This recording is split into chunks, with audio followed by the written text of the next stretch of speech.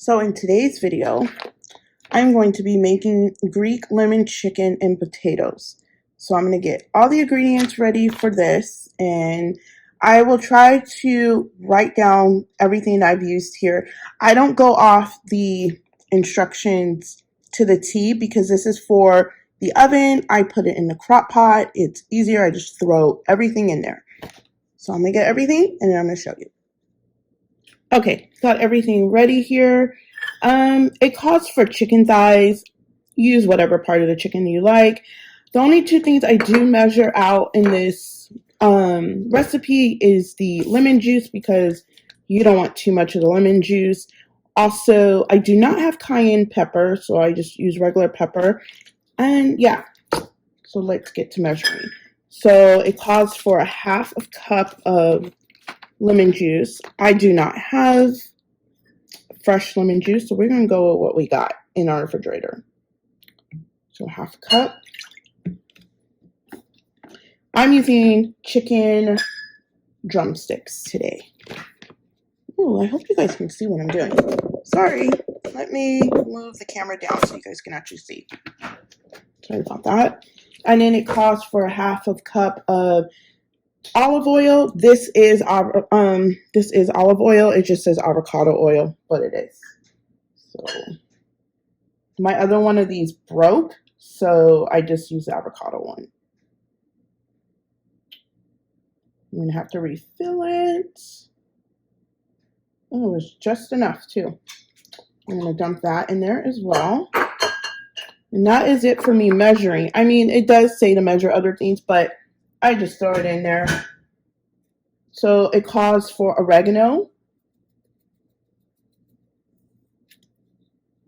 rosemary. Now I only use a little bit of rosemary because you guys know if you guys have used rosemary, this is very strong and you don't want to overpower the dish with that. So I only use a very little. And then it calls for minced garlic,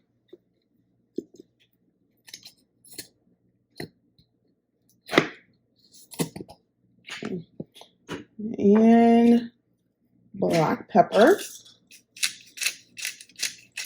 And I've already sprayed my crock pot with some cooking spray. I usually have crock pot liners, but I just haven't been able to find them. And it also calls for kosher salt. I don't use a lot of the kosher salt, just very little of that. And then I just mix this up.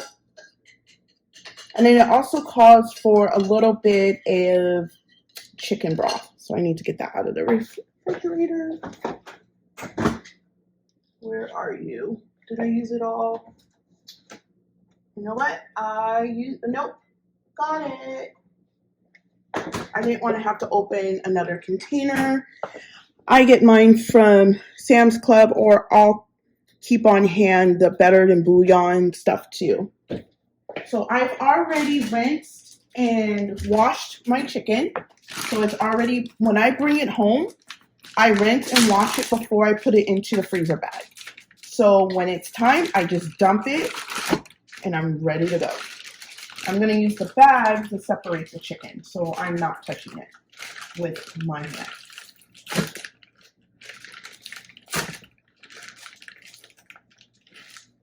No, that piece is not going, so let's throw this away. But I still am going to wash my hands. You never know, messing with raw meats. Trim hands. And so the little mixture that I mixed, I'm going to pour over the chicken. I let this cook for about 4 hours, 4.5 hours. I just check it. And it's always a hit. Also, I need to add in potatoes because it calls for potatoes. I normally would cut up potatoes, but today I'm being lazy. So I'm just going to add all this. It gives it more flavor. There's only a little bit in there. So I do have canned potatoes. It's good to have canned potatoes on hand when you don't feel like cutting up potatoes. And I'm just being honest. I'll be right back.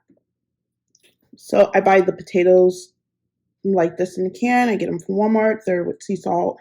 And I drain them. And so I'm just going to dump them in.